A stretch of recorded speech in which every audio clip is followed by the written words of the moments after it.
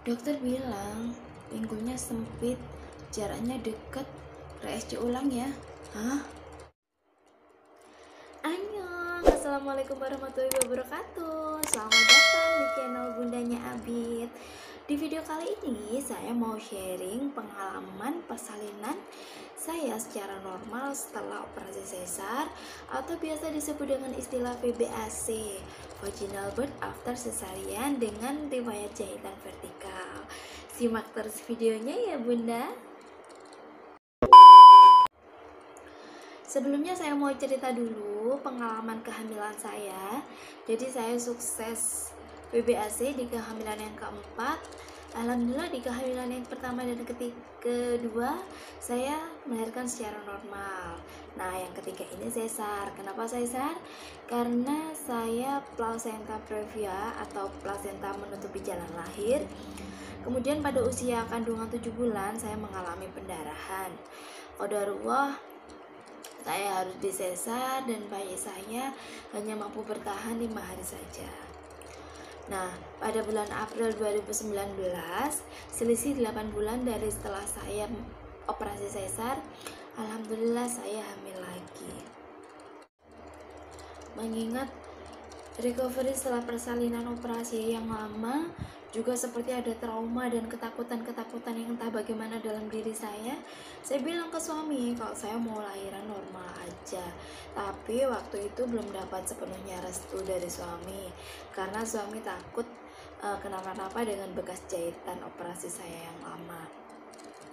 Jadi mulai waktu itu saya mulai belajar, mulai baca-baca, mulai nonton YouTube cerita tentang VBAC.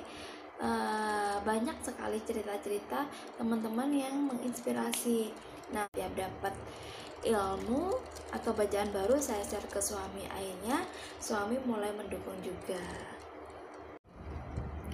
Waktu pertama kali kita kontrol ke dokter, sempat down juga, soalnya dokter waktu itu bilang jaraknya belum 2 tahun nih,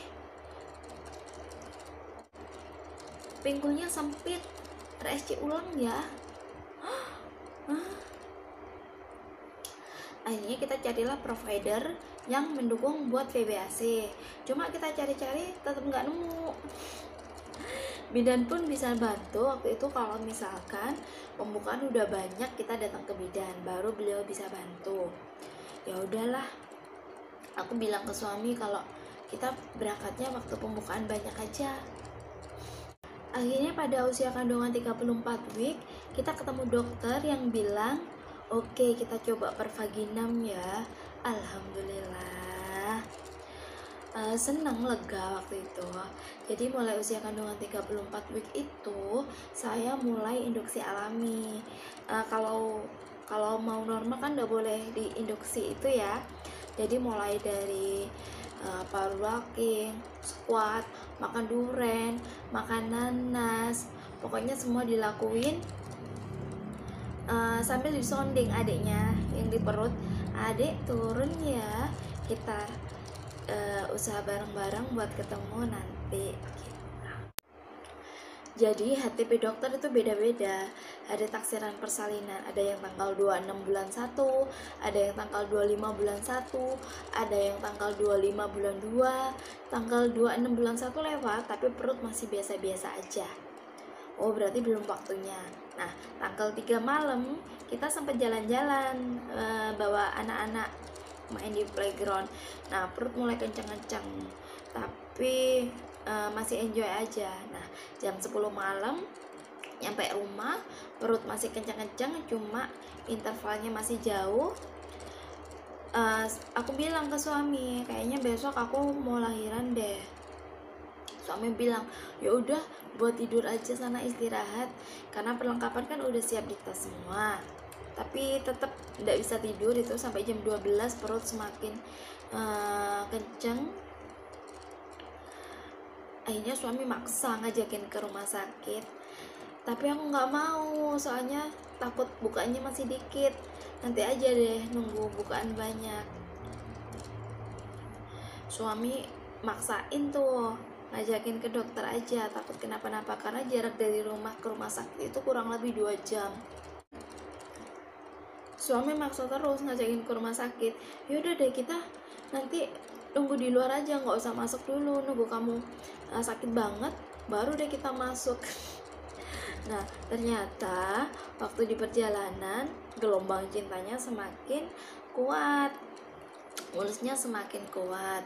Akhirnya kita berangkat waktu itu jam 2:30, nyampe rumah sakit jam 4 lebih, hampir 4:30. Didata, diperiksa, disiapin semuanya, terus ditinggal, nggak boleh ngejen dulu. Tapi sensasi mengejan sudah mulai datang. Nah, waktu itu udah mulai datang, akhirnya jam 4:50 belahan jiwaku keluar dengan spontan, cuma berdua sama suami aja.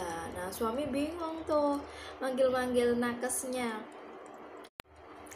Alhamdulillah lega rasanya, yang ditunggu-tunggu akhirnya datang juga. Lalu ikhtiarnya apa aja sih buat sukses WBASI? Yang pasti yang pertama niat, lillahi ta'ala, niatnya dikencangin dulu.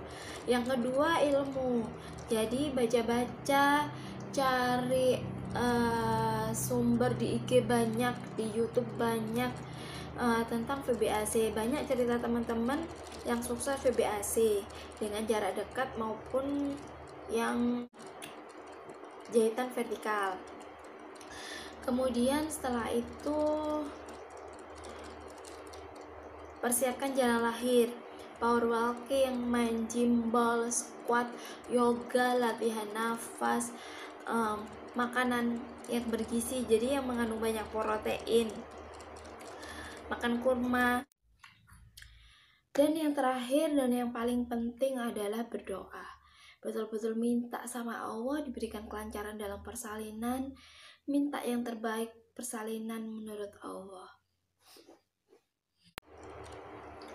Apapun hasil akhirnya nanti, yang penting kita sudah ikhtiar maksimal, tinggal ranahnya Allah nanti yang nentuin. Yang penting nanti ibu dan bayinya sehat. Mungkin itu dulu sharing tentang persalinan normal dari saya. Kita ketemu lagi di next video. Jangan lupa untuk like, comment, dan subscribe. Terima kasih. Wassalamualaikum warahmatullahi wabarakatuh.